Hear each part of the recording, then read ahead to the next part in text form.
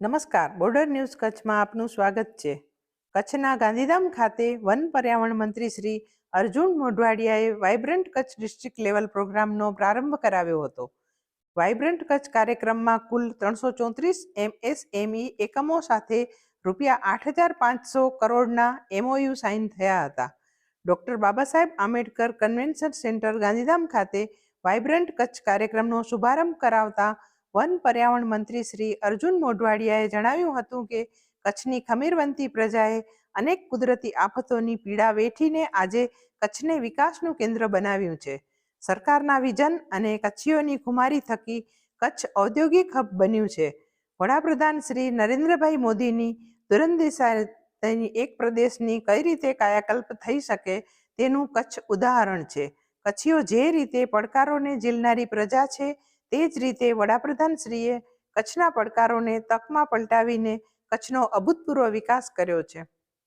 આ video like કરવા અને શેર કરવા વિનંતી છે.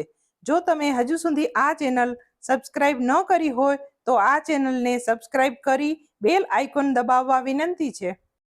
ઉચ્ચ શિક્ષણ અને તાંત્રિક શિક્ષણ રાજ્યમંત્રી શ્રી ત્રિકમભાઈ છાંગાએ પ્રાસંગિક ઉદ્બોધન કરતાં જણાવ્યું હતું કે વડાપ્રધાન શ્રી નરેન્દ્રભાઈ મોદીએ મુખ્યમંત્રી તરીકે ધુરા સંભાળી ત્યારથી વાઇબ્રન્ટ ગુજરાતની શરૂઆત થઈ હતી. આજે જિલ્લા કક્ષાએ તેનું આયોજન કરવામાં આવી રહ્યું છે, જે બદલ તેમણે કચ્છ જિલ્લા વહીવટીતંત્ર અને કચ્છના ઔદ્યોગિક સાહસિકોને અભિનંદન પાઠવ્યા હતા. આ પ્રસંગે કચ્છ કલેક્ટર શ્રી આનંદ પટેલે જણાવ્યું હતું કે વિકસિત ભારતના સપનું સાકાર કરવાની પહેલમાં બીજ સ્વરૂપે વવાયેલું વાઇબ્રન્ટ ગુજરાત આજે વટવૃક્ષ બન્યું છે. જિલ્લા કક્ષાના વાઇબ્રન્ટ કાર્યક્રમના આયોજનથી આજે રિજનલ વાઇબ્રન્ટ કોન્ફરન્સના આયોજનથી ઔદ્યોગિક વિકાસને નવી દિશા મળશે. તેમણે વડાપ્રધાનશ્રીના વિઝનથી એક સમયનું કચ્છ આજે લેન્ડ ઓફ ઓપોર્ચ્યુનિટીઝ બન્યું છે તેમ જણાવ્યું હતું.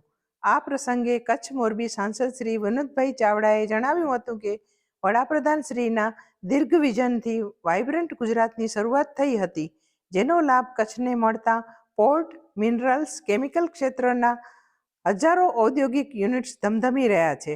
આજે કચ્છમાં રોજગારીની વિપુલ તકોનું સર્જન થઈ જતાં અન્ય રાજ્યોના લોકો અહીં રોજગારી માટે આવ્યા છે, જેને કચ્છીઓ માટે ગૌરવની વાત ગણાવી સાંસદશ્રીએ ઉમેર્યું હતું કે કચ્છ ગુજરાતનો એકમાત્ર જિલ્લો છે કે જેણે રણ, દરિયો અને ડુંગરનો ત્રિવેણી સંગમ મળ્યો છે.